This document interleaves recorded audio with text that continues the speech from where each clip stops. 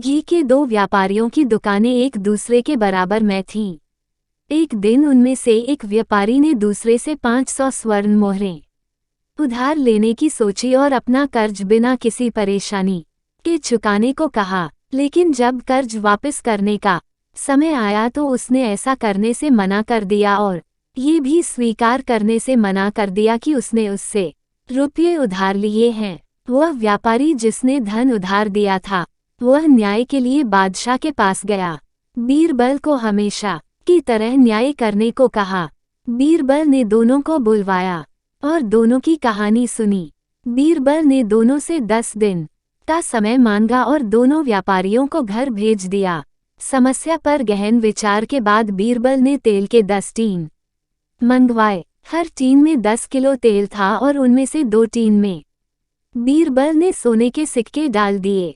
तब उसने 10 टीन अलग अलग 10 व्यापारियों को दिए और उनकी कीमत पता करने को कहा। उन्हें वे टीन घर ले जाने और 3 दिन बाद वापस आने को कहा।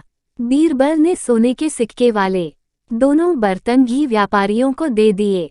वह व्यापारी जिसने धन उधार दिया था वह ईमानदार था और उसने सोने का सिक्का लौटा दिया। लेकिन उसके बेईमान पड़ोसी को सिक्का मिला तो उसने उसे अपने बेटे को दे दिया। निश्चित दिन पर सभी 10 व्यापारी तेल लेकर बीरबल के पास आए और उन्हें मूल्य के बारे में बताया। बीरबल ने उस व्यापारी के टीन को ध्यान से देखा जो अपना कर्ज नहीं चुकाना चाहता था और यह भी देखा कि सिक्का गायब होने के साथ उसमें से कुछ तेल भी कम था।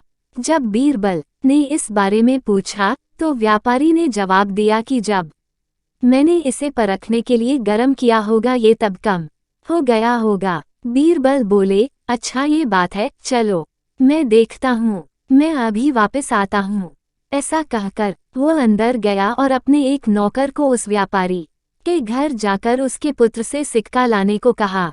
बहुत जल्द वह लड़का सोने के सिक्के के साथ दरबार में आ गया और तुरंत उससे बीरबल ने पूछा, क्या तुम वो 5 सिक्के लेकर आए हो जो तुम्हारे पिता को तेल में मिले थे? तभी उत्तर आया, मालिक, तेल में केवल 1 सिक्का था, 5 नहीं।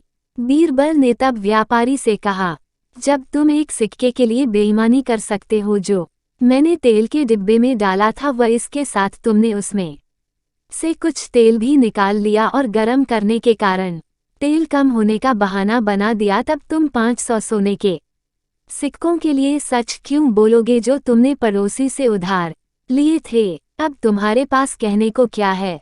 अब व्यापारी को बचाव का कोई तरीका नजर नहीं आया तो उसने सभी तेल व्यापारियों के सामने अपनी गलती मान ली। इस कहानी से मिलने वाली शिक्षा, सच कभी भी पर्दे के पीछे नहीं रह सकता। बेईमानी देर सवेर सामने आ ही जाती है। इज्जत एक बार जाने के बाद दोबारा पाना मुश्किल हो जाता है।